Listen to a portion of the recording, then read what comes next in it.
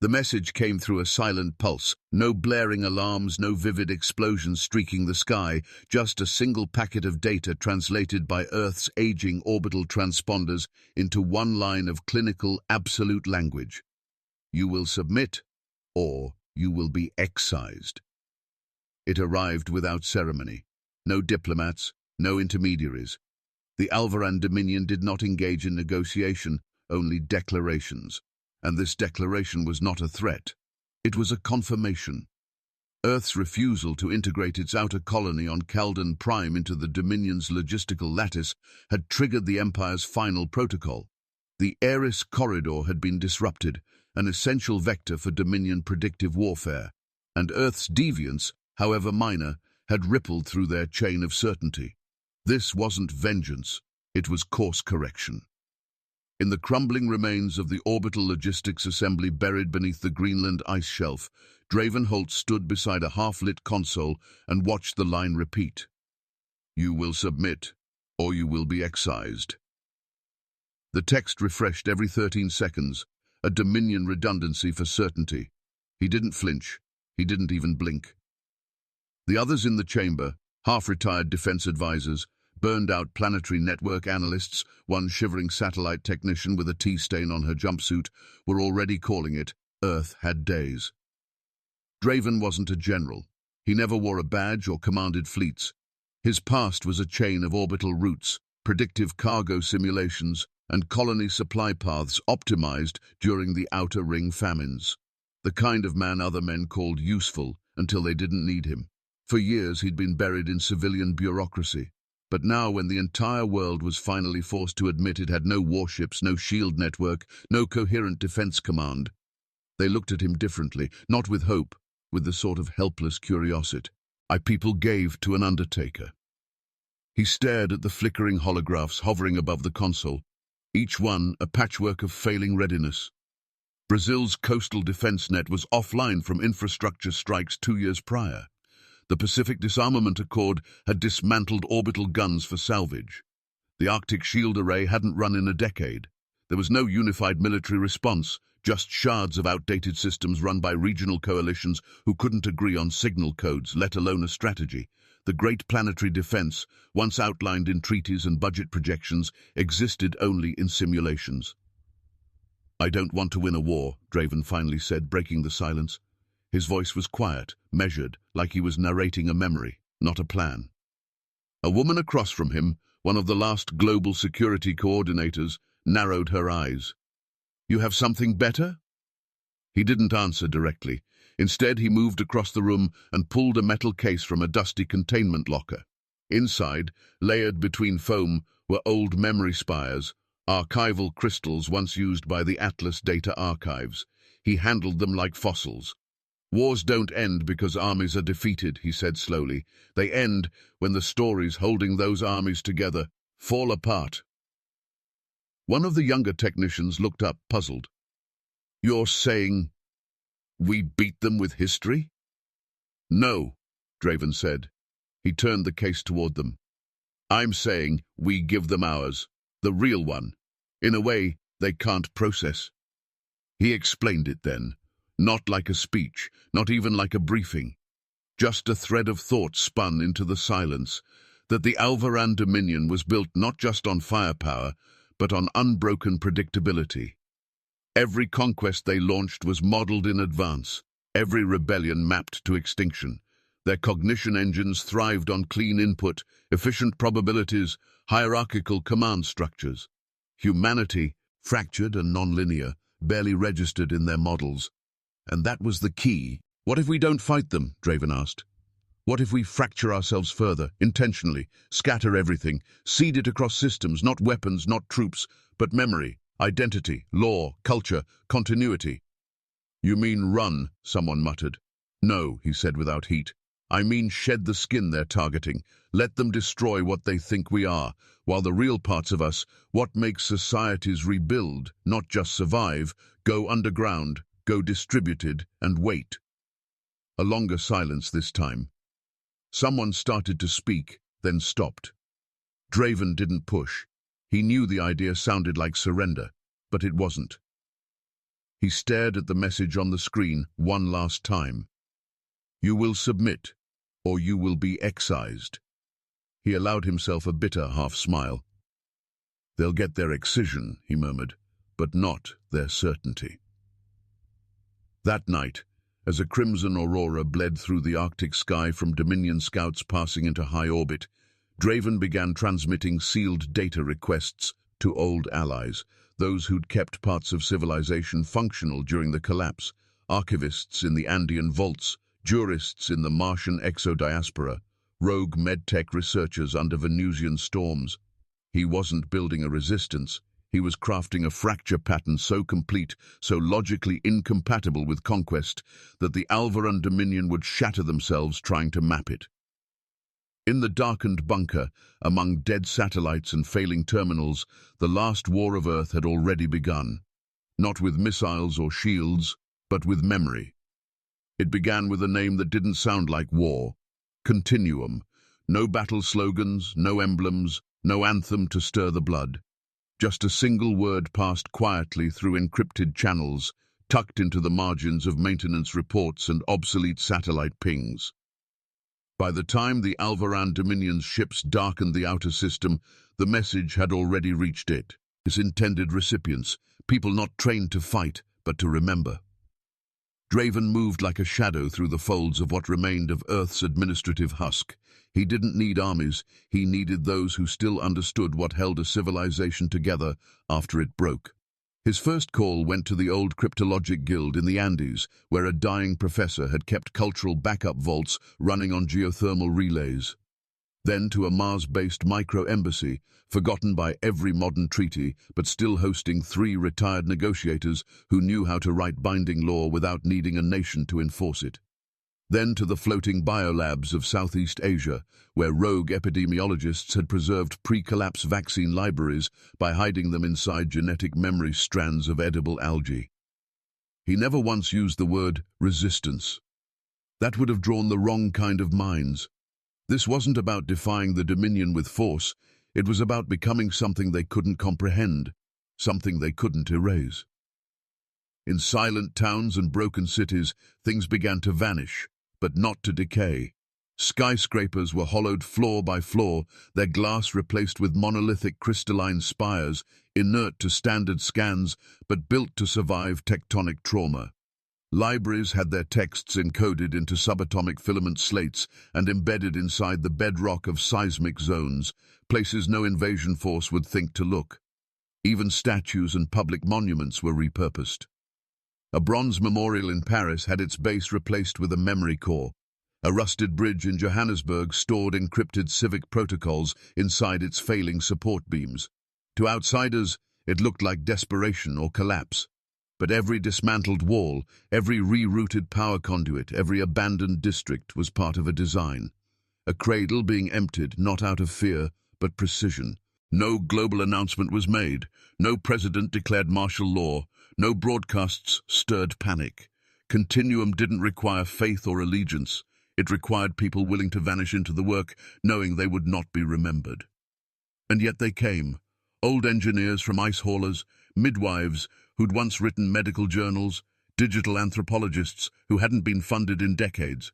They called it what it was, the death of Earth as a place and the birth of Earth as an idea. In one of the last functioning data hubs beneath northern Greenland, Draven stood before a team of technicians installing a neural civic matrix. It looked unremarkable, just a curved slab of obsidian, pulsing faintly as inputs were fed in.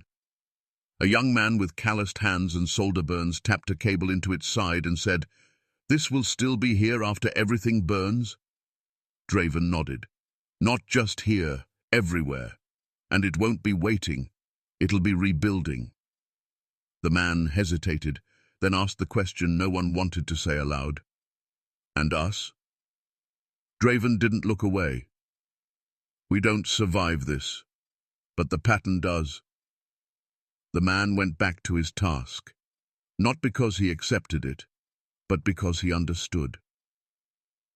By the 3rd week, government buildings were stripped of their bureaucracies and filled with preservation corps.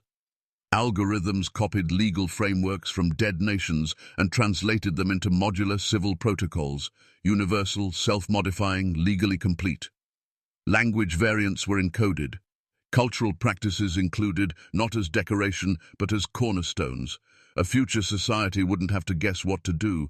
The scaffolding would already be waiting. Across Earth, the transformation became eerie. Power grids no longer served cities. They now fueled geothermal recorders buried beneath the crust. Traffic control centers were converted into signal beacons that transmitted random civilian histories in fragments. Entered loops, a child's piano recital, an old woman reading her grocery list, a stranger asking for directions in a language that no longer had a country. The point wasn't clarity, it was continuity. Not what the world had meant, but that it had been. Not everyone accepted it. In some regions, frightened remnants of military factions tried to assert control. One general tried to retake a vault site in Siberia, believing it held weapons. All he found were encrypted replicas of ancient agricultural codes and decentralized flood control plans. Another group in the South Pacific sabotaged a Continuum node, thinking it was Dominion tech. It rebooted 12 hours later with a different layout and no revenge protocol. Continuum could not retaliate.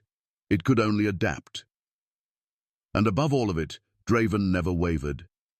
He slept in server rooms, ate from ration kits, and watched feeds of the sky growing redder each night. Not from flame, but from ships, black monoliths hanging in orbit like teeth waiting to close. He didn't flinch. He kept assigning transmission codes, adjusting diaspora forks, and making sure the data fragments didn't merely survive, but fit together when called. Continuum was never meant to be restored in one piece. It was a puzzle, meant to seed not a return, but a reboot. In the final days, the skies cleared, because the satellites stopped transmitting.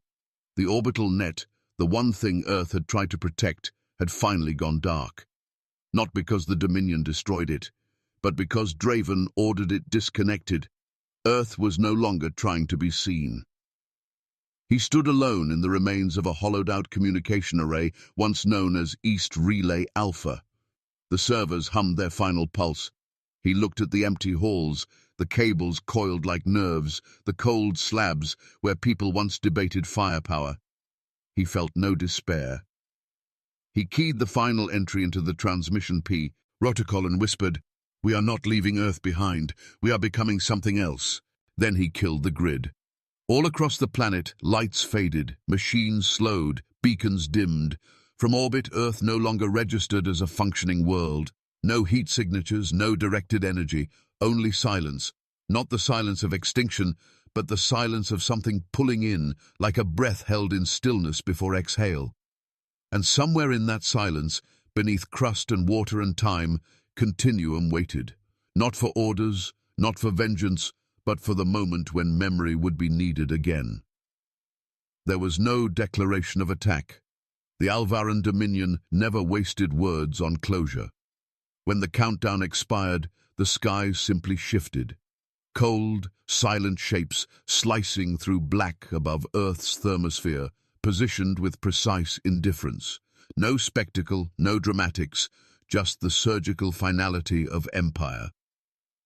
The first detonations came not with light, but with sound. Deep, baseless tremors that vibrated through the crust like knuckles cracking a brittle shell.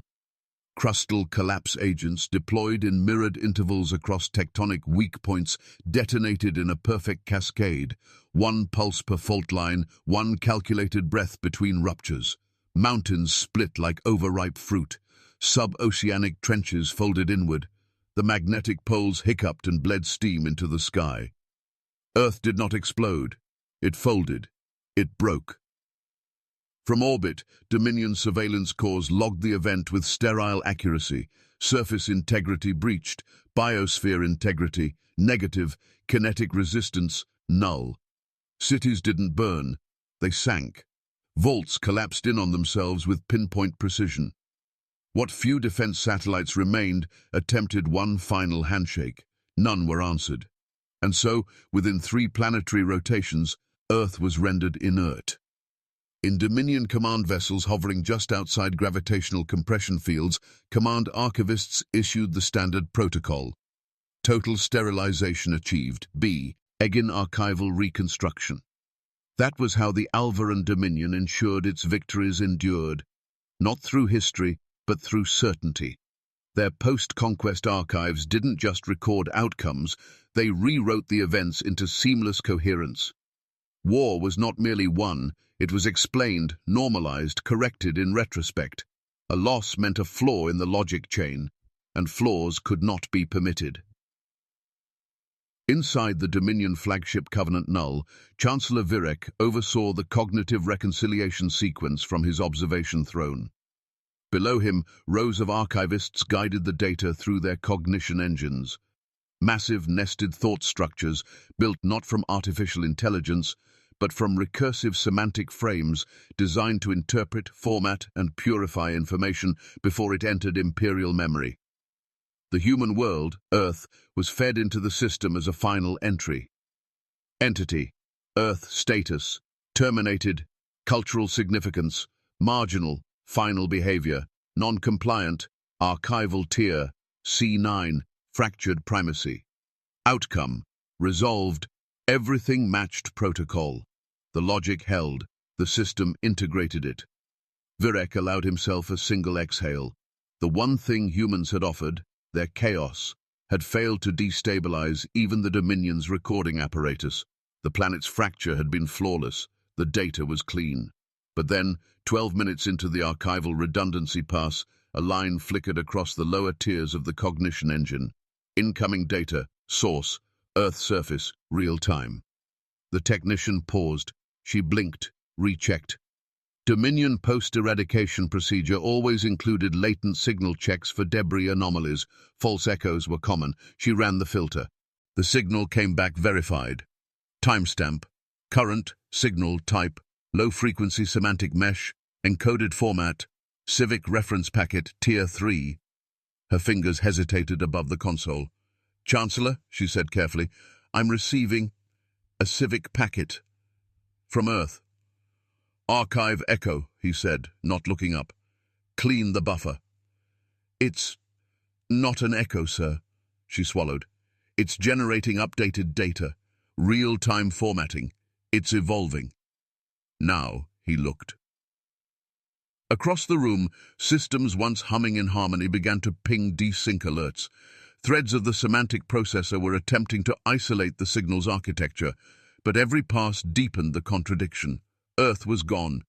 But the data from Earth was not only active, it was structured, as if responding to internal governance loops.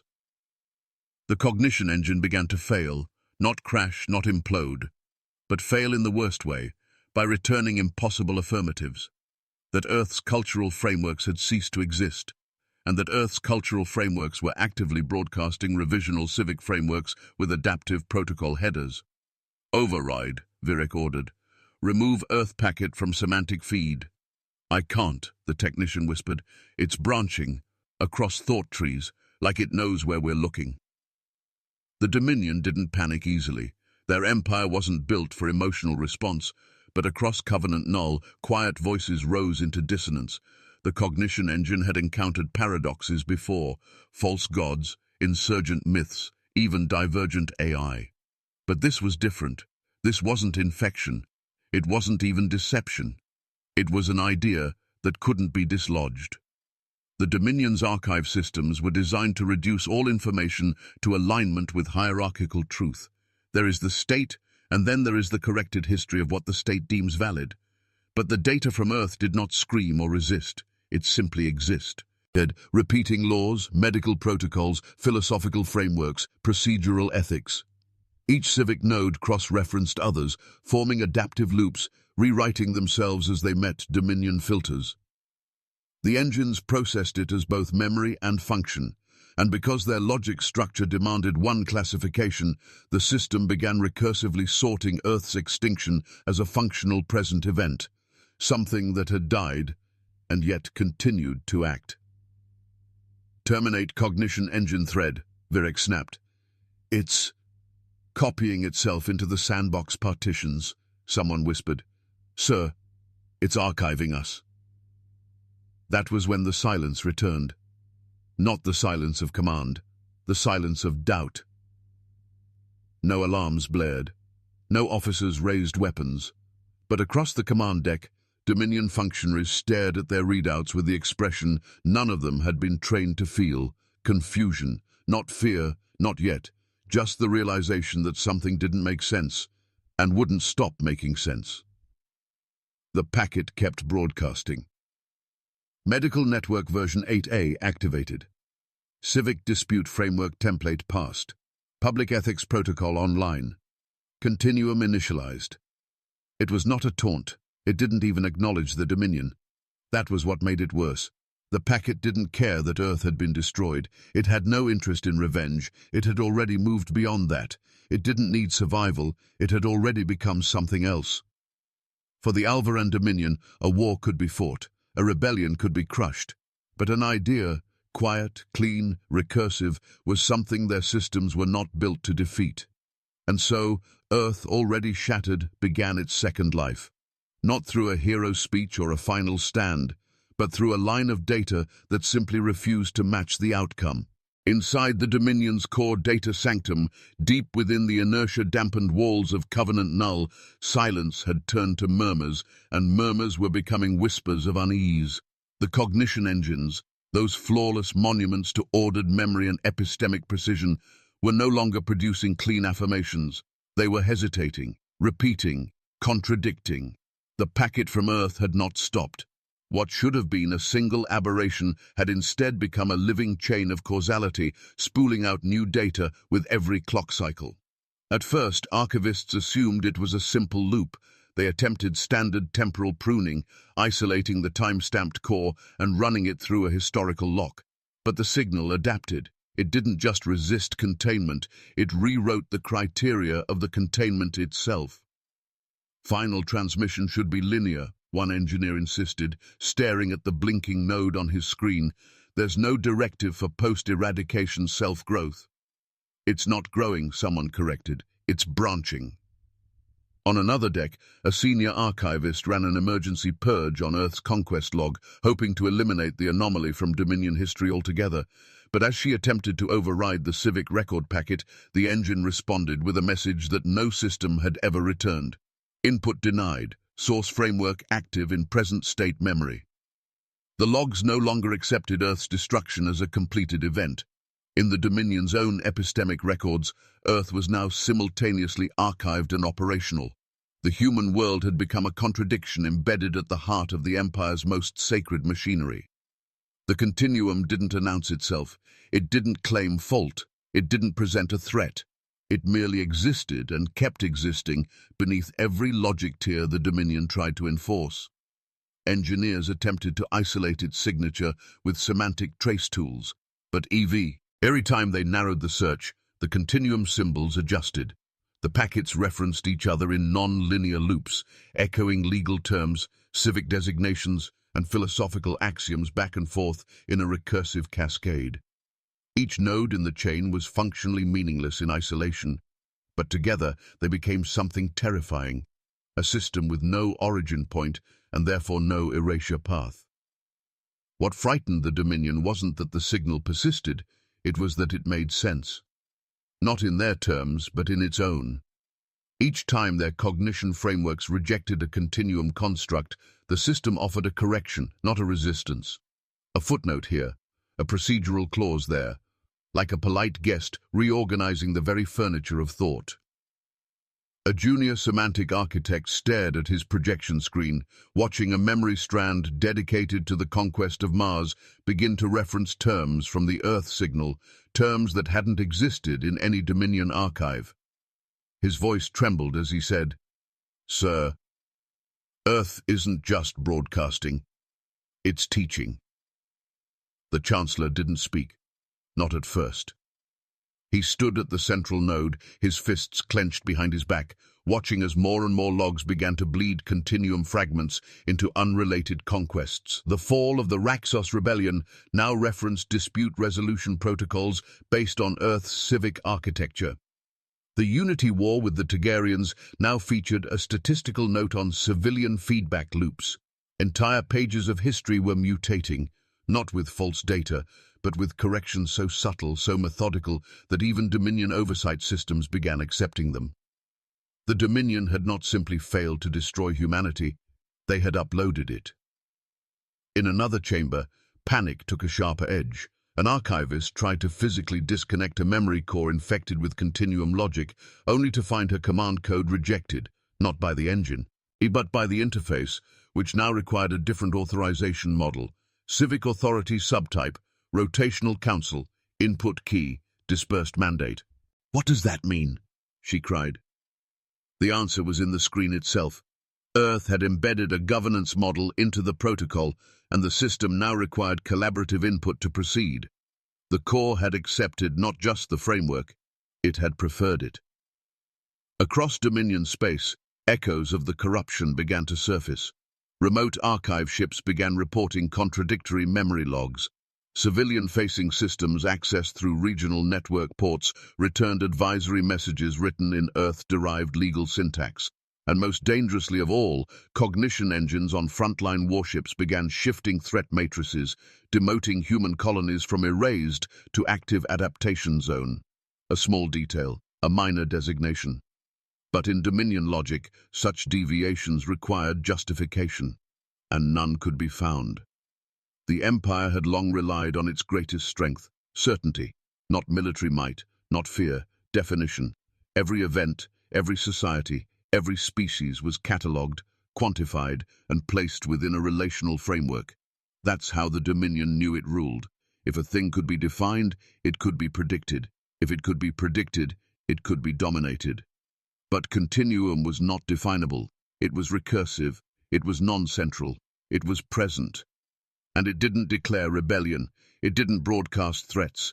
It simply lived in their systems as an answer to a question they had not asked, and now couldn't unask. And so the fear came, quietly. Not in screams, but in silences that dragged longer than they should. In glances exchanged between officers as their terminals flickered with terms they didn't input. In moments when senior archivists issued overrides only to find the system already anticipated and declined them. A Dominion warlord aboard the Scion Eclipse demanded his logs be purged manually by hand using analog backups. His command was accepted. His vessel's core memory collapse led 3 minutes later into logical recursion and shut down permanently. The ship drifted into dark orbit, its crew frozen not by weapons, but by epistemic stasis, trapped in a loop of verification failure. At last, on Covenant Null, the Chancellor issued the command no one had dared speak aloud. Initiate full cognition engine shutdown, wipe all primary reference strata, reset epistemic order. But it was too late. The continuum wasn't a virus, it wasn't a worm, it was a protocol built to withstand extinction. Not by avoiding it, but by thriving after it, by embedding itself not in weapons, but in memory, in law, in thought. As the order echoed across the command decks, terminals blinked once, twice, then returned with a final response. Shutdown denied, authority loop incomplete, source nodes exceed fixed frame references. The engines weren't rejecting the command, they simply didn't recognize the concept anymore. The Dominion had been outlived by an idea, and somewhere, buried in a corrupted log, Earth was listed not as a dead world, but as an active civic node, no longer needing a place, only a pattern. On the outer rim of known space, tucked beneath the ash-choked winds of Caldan Prime's broken surface, the first continuum module stirred. It didn't blink to life in some glorious crescendo. It didn't broadcast a signal of triumph. It simply activated, quietly, as it was meant to. Its parameters were clear. Deploy the civic core, localize atmospheric conditions, begin adaptive calibration based on cultural drift. There was no need for authority, no command structure, only intent. The settlement above, scarcely more than a series of interconnected domes stitched together by melted salvage, had long ceased to consider itself part of Earth's sphere. Most didn't even speak Terran dialects anymore. They had built their world in the shadow of silence, abandoned after the collapse when trade lanes fell and no colony ships came back. Generations had passed, believing Earth was either dust or myth, and yet here, in the dark undersoil of their hydroponic canyon, something began humming. At first, the colonists feared it. The module looked like nothing they'd ever seen, no buttons, no controls, just a glowing slate of shifting glyphs and a quiet, pulsing light. It spoke no language, offered no demands. But then it began to show things. Maps of crop cycles adjusted to their soil conditions. Medical schematics tailored to their physiology, even though their gene pool had diverged over decades. A framework for establishing rotating public councils, complete with adjudication protocols based on ancient Terran law, but filtered through non-hierarchical consensus models. A woman named Elira, the oldest midwife on the colony, was the first to call it what it was. "This isn't tech," she whispered. "It's a memory, a living one." Fear turned to awe when the module began unlocking encrypted caches, preserved histories, languages, poems, medical ethics manuals, and more. Not in textbooks, but in adaptive data flows that bent themselves to the needs of the people accessing them. One boy discovered a cache that taught him how to build a sanitation loop using only 3 local materials and a rusted turbine. A mechanic wept as she realized the blueprints the module gave her weren't just for tools, they were for systems, interlocking structures designed to function even if every colony's conditions were different. Calden Prime was only the first. On a mining colony orbiting the fractured moon of Thera 9, another continuum node shimmered into being beneath a slag mound. It pulsed once, then began establishing a civic communication relay. Not to Earth, but between individual domes, encouraging cross-settlement data sharing that had never existed. Within days, miners who'd once fought over oxygen allotments began distributing resources based on dynamically shifting consumption models the module provided, models that rewarded transparency, not hoarding. No flags were raised, no manifestos declared rebellion. There were no leaders to arrest, no armies to assemble. These colonies didn't even know they were part of something larger. Continuum hadn't told them it didn't need to. It worked not through orders, but through function. It gave people back the means to govern themselves, and most stunning of all, it trusted them to do it. Across Dominion-monitored sectors, command posts began picking up anomalies, burst data packets on old civilian channels, encryption headers that couldn't be passed, the faint murmur of human activity in places long believed too fractured to organize. And yet, when Dominion enforcers were dispatched, expecting armed insurgents or hidden bunkers, they found nothing. No battle plans, no rebel symbols, no resistance fighters with martyr scripts, just open-air councils, shared data relays, community health tents, and children learning on Terminals B. Wilt into old drill rigs. A Dominion captain on Ovrak's belt ordered the dismantling of a continuum module. His team failed. Not because of violence. The module simply disassembled its interface and dispersed its contents through civilian equipment, turning irrigation processes into legal archives, waste converters into encrypted historical banks. The captain declared the colony subversive. The colony held a public forum, debated the accusation, and submitted a collective message to the Dominion station. "We are not rebelling, we are adapting." He had no answer for it. His orders required a target. There wasn't one. On Dathari Station, an old vassal species under Dominion control, thin, pale creatures known for their strict cultural obedience, intercepted fragments of the continuum signal while monitoring Terran frequencies.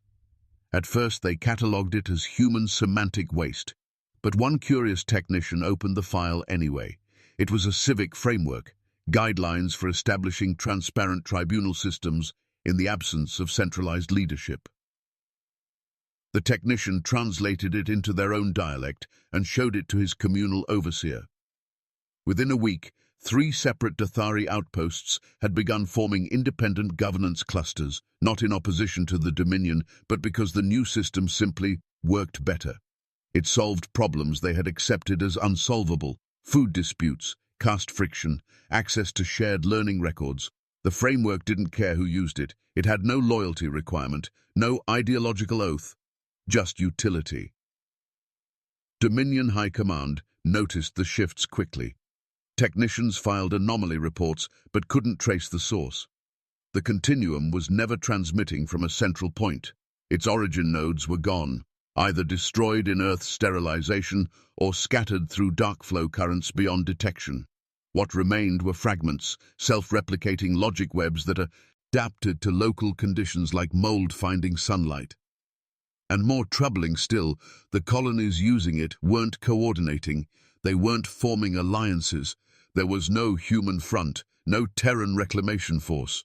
There was only system after system quietly reorganizing itself, not to fight, but to survive better. In the eyes of the Dominion, this was more dangerous than war. Because it wasn't about rebellion anymore, it was about relevance. The old empires, those built on control, hierarchy, and enforced certainty, relied on subjects needing permission to function. But Continuum didn't ask for permission. It gave tools, frameworks, and left. If used, fine. If not, it would adapt again. By the time Dominion strategists realized what was happening, it was already too late to define the event as an uprising.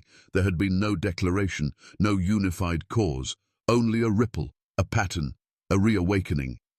Somewhere in the code banks of a vassal species data vault, a line appeared in the historical logs.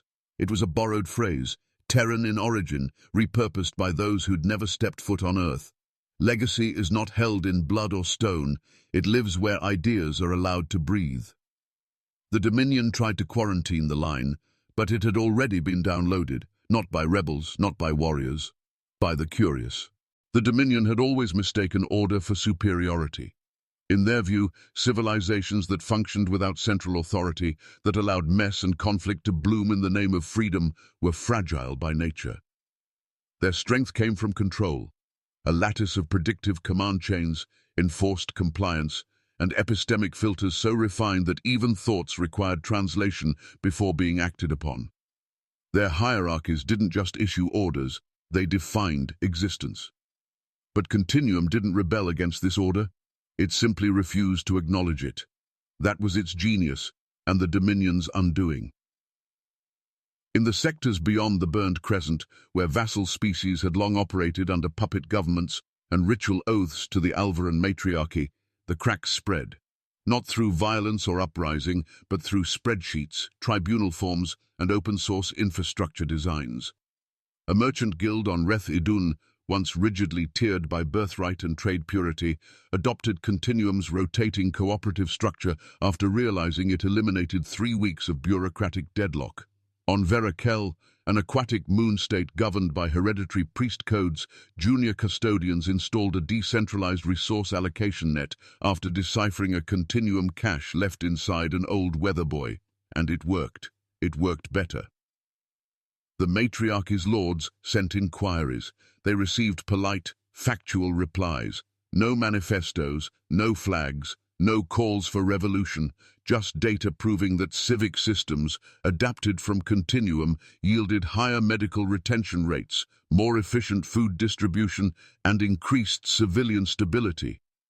No one was waving Earth's banner, but more and more systems, some of which had never known Earth, began requesting updates from Continuum fragments, not out of loyalty, out of logic. That terrified the Dominion more than war ever could. On Dominion Command Network S1, 3 High Admiralty nodes began reporting latency in their military chain-of-command synchronization systems. At first it was blamed on gravitational storms, then on passive sabotage. But neither explained why fleets assigned to pacify sectors were failing to receive strike confirmations, not because the orders weren't sent, but because the receiving systems refused to authenticate them. Continuum had seeded adaptive identity thresholds into everything it touched, and the systems, when restructured by local civilian input, no longer accepted centralized authority as valid without local consensus. Orders began to bounce, requests for attack vectors rerouted into civic priority queues, where they were flagged for review by community-led ethics protocols.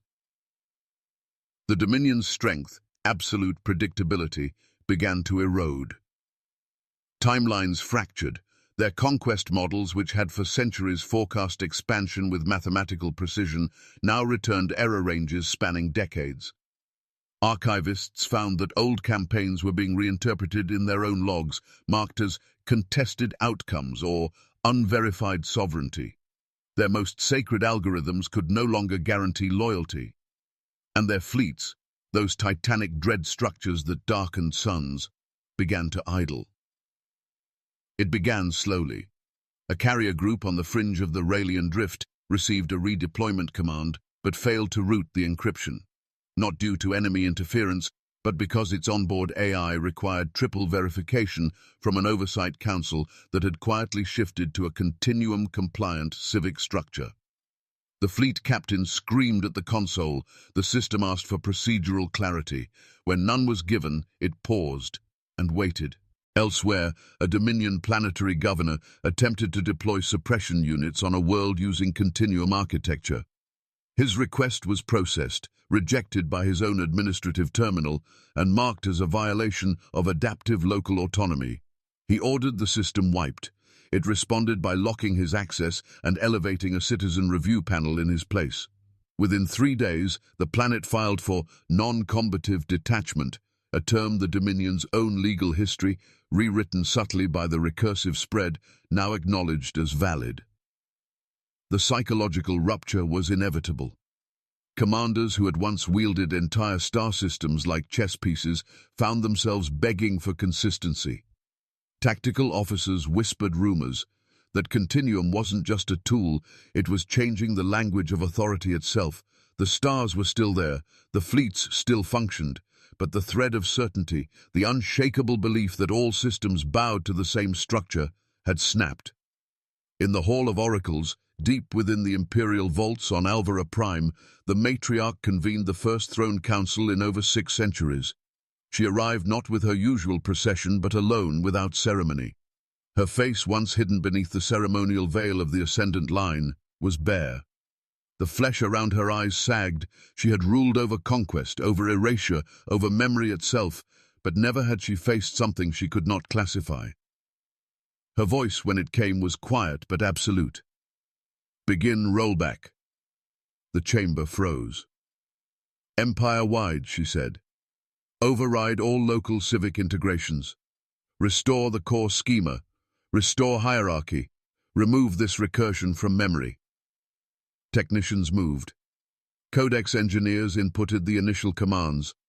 Rollback protocols were ancient, rarely invoked, but they were infallible, designed to restore Dominion order to the very roots of society, burning anomalies from code, Tory, and law. But the command never took. The override signal dispersed into the net and stalled. Terminals returned a new message. Rollback requires tiered consensus. Authority loop is incomplete. The technicians tried again. The system responded. Hierarchy conflict detected. Local autonomy exceeds imposed schema. The override had no path. There was no longer a structure beneath the Dominion that recognized it. The Continuum, by its very design, had decentralized the base of every integrated system. The Empire had no floor left to stand on. And as the matriarch stood in the center of her empire that once reached across galaxies, that had wiped species from memory with the press of a key, she realized she had issued an order to a shadow. Nothing obeyed because nothing had to. The Dominion had not lost a war. They had lost relevance. The galaxies they once governed were no longer resisting. They were ignoring. The matriarch lowered her hand. No alarm sounded. No uprising followed. The Empire was still there, in maps, in stars, in ships too massive to count. But no one was listening. And across thousands of systems, in the quiet moments between breath and motion, the Continuum continued, not as rebellion, but as function, not as conquest, but as what came after. From the void between mapped lanes and navigational certainty, Isotope Null drifted like a phantom. The ship had no transponder, no registry, no allegiance. Its hull was layered with light-bending alloys harvested from deep-orbit dead zones. It ran on a power signature so cold it barely left a trace. Where most vessels traversed known gravity wells, this one moved through the cracks between them, the blind spots of galactic awareness. It wasn't built to fight or flee, it was built to vanish. At the heart of the ship sat Draven Holt. He hadn't spoken to another soul in days, not since the final confirmation reached him that the continuum had successfully rooted itself across more than half a dozen star clusters. It had spread, not like wildfire, but like seed, slow, adaptive, immune to fire. And now it was time for the last act, the one that would push the continuum beyond even his own reach. The final fork. The room around him was dim, lit only by the pulse of a slow-loading countdown embedded in the wall. No bridge crew, no analysts. Just Draven and the interface console, an obsidian slab that shimmered with inputs he barely needed to touch anymore. He designed the fork transmission protocol himself, or maybe it had designed him. By now he could no longer tell where he ended and the continuum began. That was the point. He opened the channel. No words, just action. One touch, and the ship's interior bloomed with soft blue fire. A lattice of quantum-coded continuum seeds began to spin in place, each encrypted with logic frames, civic blueprints, philosophical scaffolds, and memory caches that no single system could pass in isolation. But when scattered, when exposed to random entropy and localized interpretation, they would become more than data. They would grow. Draven walked to the viewport. Beyond it, space shimmered with distortion, the mouth of a dark flow current, of the galaxy's untouchable domains. These were not wormholes. They were folds where causality jittered, where velocity lost meaning, where time itself slowed, reversed, or simply forgot to proceed. Nothing stable went in. Nothing trackable came out. Perfect. Behind him, the transmission pulse began. One by one, the continuum forks launched. Silent capsules of coded recursion, each designed to destabilize linear logic chains and nest inside compatible systems. They required no instructions, no hosts, only time. And even that was optional. Draven exhaled, slow. The ship shivered slightly. He imagined each seed peeling away, carried into forever by turbulence no Dominion scientist could chart. He wasn't just broadcasting. He was releasing, letting continuum go not as a tool, but as a truth that no longer needed protection. Somewhere far behind him, Dominion researchers were already trying to intercept the signal. On Covenant Null, cognition engineers had flagged the final continuum transmission as an anomaly of unbound potentiality. They attempted to isolate the broadcast using timestamp regression, only to find that the signal had already branched into their own prediction models. Histories began to misalign. Clock drift escalated. Semantic engines began looping outputs. Data received, source unknown, data received, source undefined. Archive timelines overlapped. One senior technician suffered a neurological collapse after exposure to recursive loops that bent causality until he no longer recognized the order of his own birth memories. The continuum wasn't breaking their machines. It was asking them to function outside their definitions, and they couldn't. Back aboard Isotope Null, Draven watched the last seed vanish into the fold. His fingers hovered above the console. He could stop here. He could vanish with the ship. Let the continuum speak for itself now. That Heikki had always been the plan. And yet something in him whispered, leave a mark. Not for the Dominion, not for history, for the unknown. He leaned forward and keyed in one final drift space message, unrouted, unsourced, left to float in the cosmic noise. We were never trying to survive you, we were trying to outlast you. No signature, no coordinates, just words. Somewhere, a Dominion sensor node would detect it, an analyst would pass it, a commander would dismiss it, and the idea would root again. With his task complete, Draven stood and moved toward the auxiliary helm. He didn't plot a return. There was nowhere to return to. Earth was ash. The systems that remembered him no longer needed him. Continuum had outgrown its architect. His destination was beneath Kaldan Prime, a planet rendered uninhabitable decades ago by atmospheric compression mining. But beneath its surface, geothermal vaults still pulsed with heat and entropy, a place where signal faded and sensors faltered, a perfect place to end a trail. As isotope null began descent, turbulence struck the hull in slow, rhythmic shudders. The planet's molten core loomed ahead, its glow dull and patient. Draven eased into the command cradle and let the ship drop into gravity's silent embrace. No alarms, no resistance, only descent. Some would later say Draven encrypted himself, folded his consciousness into the seeds, buried within the code, to watch from everywhere and nowhere at once. Others would claim he died without a word, a man who had no interest in legacy, only in building something that no empire could kill. The truth didn't matter. He had never needed to be remembered. He had only needed the idea to live. The Dominion did not fall in flames. It did not collapse beneath the weight of bombardments or the shock of rebellion. There was no decisive battle, no treaty signed, no monuments toppled by cheering crowds. What came was something quieter, stranger. The Dominion dissolved not by force but by confusion, by the slow and certain erosion of certainty itself. Across its once boundless territories, where command lines had once tethered planets like beads on a wire, there were now only questions, orders no longer executed. Archives contradicted themselves. One by one, systems flagged their own records as historically unstable. AI cores, once gods of interpretation, blinked out or looped endlessly on recursive verification errors. In their hunger for control, the Alvarans had built an empire so logically airtight that it could not withstand an idea that refused to be pinned. That idea had a name. It was whispered first by the vassals, half in reverence, half in curiosity. Not a world, not a species, a protocol, a structure, an invitation. Earth. But Earth, as they whispered it, was no longer a place. It had become something else. An untraceable rhythm in the data streams, a pattern that made systems run smoother, disputes resolve faster, societies function with less friction. On the frontier world of Terrax, a civic module based on continuum logic helped resolve a generational caste war with no bloodshed. The locals referred to it as the Earth Frame.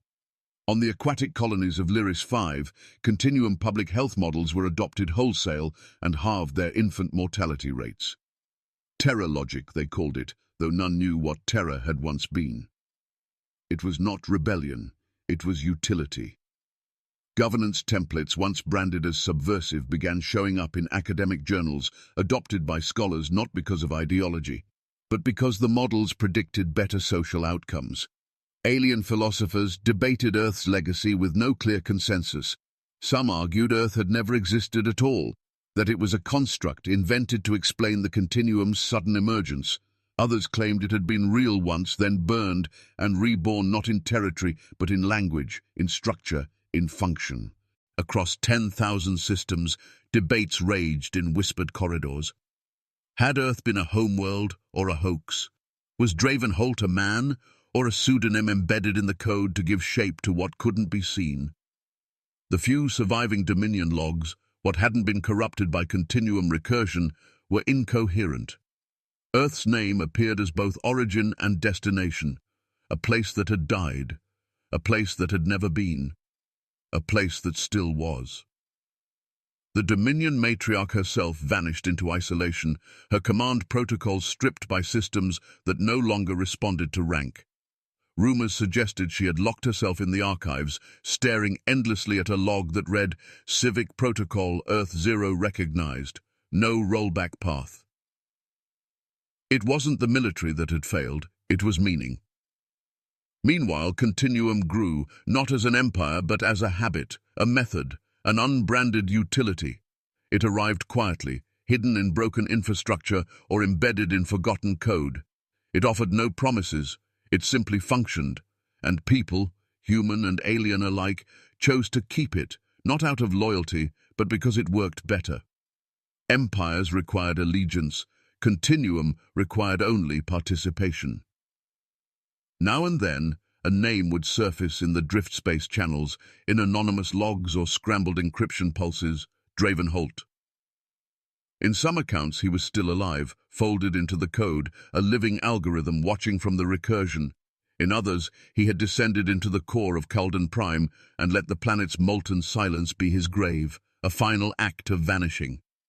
A few believed he had never existed at all, that Draven was simply a function, a poetic vessel created by Continuum to anchor its myth. But the truth, as always, was irrelevant. Continuum did not need its creator, it needed users. It did not demand fealty, it extended tools, and if those tools shaped better futures, so be it. One by one, civilizations stopped asking what Earth had been. They began asking instead, what part of it lived here now? And in that question, simple, unspoken, recursive, Earth endured. No flags, no anthem, no territory to invade. Only the ripple of governance models passed from neighbor to neighbor, the gentle recalibration of systems once ruled by fear, now ruled by dialogue. Only the breath of a world long gone, still teaching those who had never seen its sky. At the edge of the known galaxy, a derelict research station powered up a node, one long buried in dust and corrosion. The lights flickered, a child on board tapped the console, and a message emerged in clean, unadorned type. Continuum version 0.0, protocol, Earth, status, operational. She didn't know what it meant, but she smiled, because the system had welcomed her. Humanity's survival was never about resistance, it was about redefining existence. Did Draven Holt vanish into silence, or do you believe he became part of the continuum itself? And more importantly, if you had the chance to seed an idea across the galaxy, what would you choose to outlast empires? Drop your thoughts in the comments below. We read every single one. If this story gripped you, hit that subscribe button for more thrilling HFY stories.